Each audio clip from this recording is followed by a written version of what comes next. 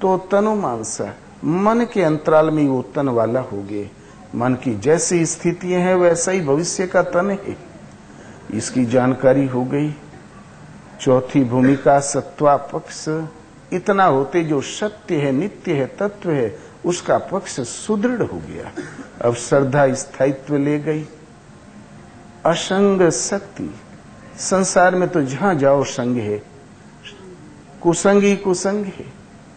संग तो मिले, असंग रहने की क्षमता। और कदम कदम पर लाज के पहरे, जहां जाओगे तो हर प्रकार के व्यक्तियों के संसंग मिले और असंग रहने की क्षमता, असंग शक्ति।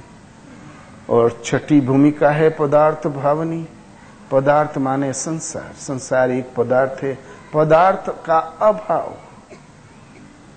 पहले तो संसार जैसा वैसा दिखाई पड़ा, फलाना गलत बोला, फलाना सही बोला, फलाना ताना मारा, लेकिन एक ये इस तरह ऐसा है कि श्री राम में सब जग जानी।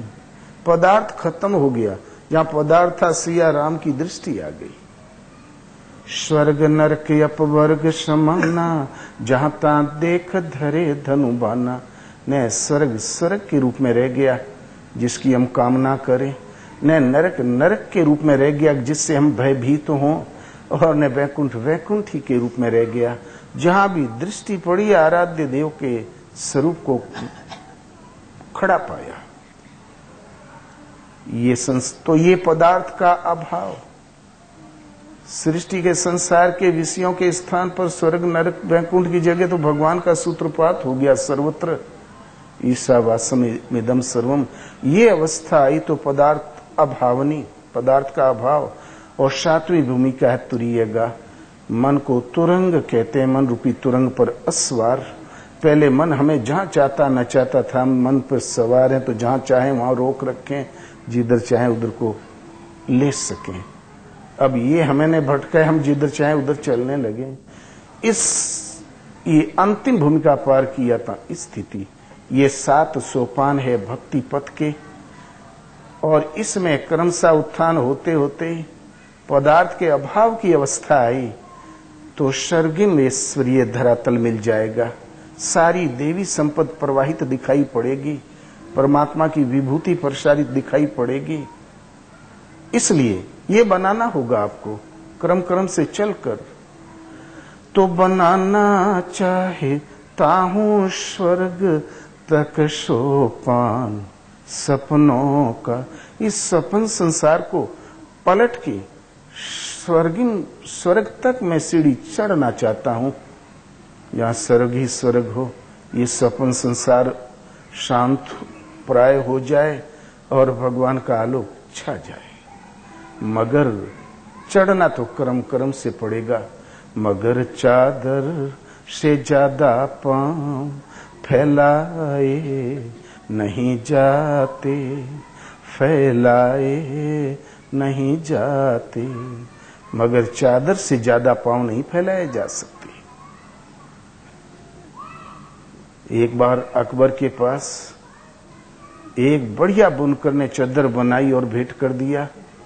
वो अकबर की लंबाई से 1 बिलस्त कम थी, और बीरबल के विरोध करने वाले बहुत थे उस दरबार में। जब जब चाहे तो बीरबल को निकलवा दें दरबार से, झूठी सीधी शिकायतें करके। उस समय बीरबल निकाला जा चुका था। अकबर का मन नहीं लग रहा था बगैर बीरबल के। चादर के आते ही तुरंत, अकबर बड़े हाजिर मस्तिष्क थे, तुरंत चादर बोले, यार तबीयत खराब है, ऐसा करो मंत्रियों, मुझे थोड़ी ठंडी लग रही है, चादर मुझे ओढ़ा दो। जब पांव में ओढ़ा में तो सिर खुला, सिर में ओढ़ा में तो पांव खुला। बोले, अरे कैसे मंत्री हो, कौन से तुम बहुत बुद्धिजीवी हो, मेधावी हो। आज बीरबल होता तो मुझे ये संकट न झेलना पड़ता। तब सब मंत्री मुस्कुराए और बोले, बीरबल ही क्या कर लेगा, ये भी सचमुच छोटी है। बीरबल बुलाए गए।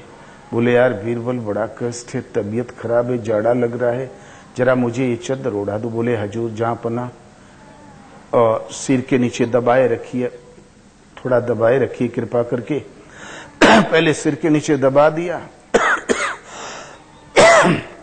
फिर दोनों पांव पकड़ के और यूं थोड़ा ढकेल के घुटने से टेढ़ा करके नीचे दबा दिया।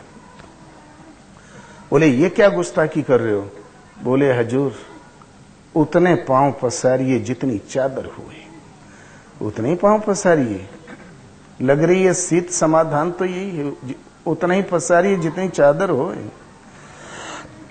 अकबर खुश हो गए, मसला हल हो गया।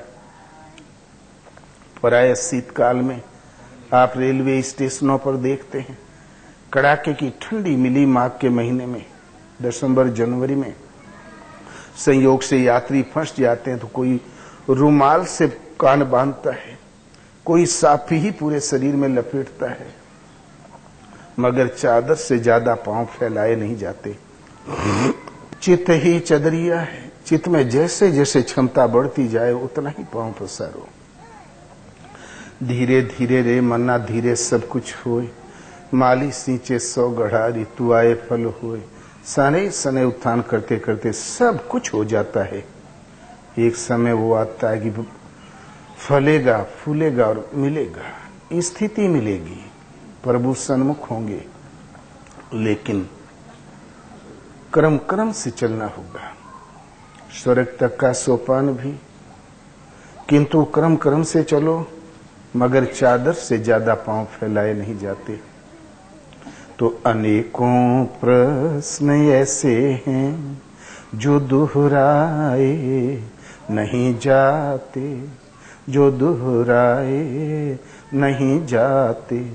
बहुत उत्तर भी ऐसे हैं जो बतलाए नहीं जाते, जो बतलाए नहीं जाते।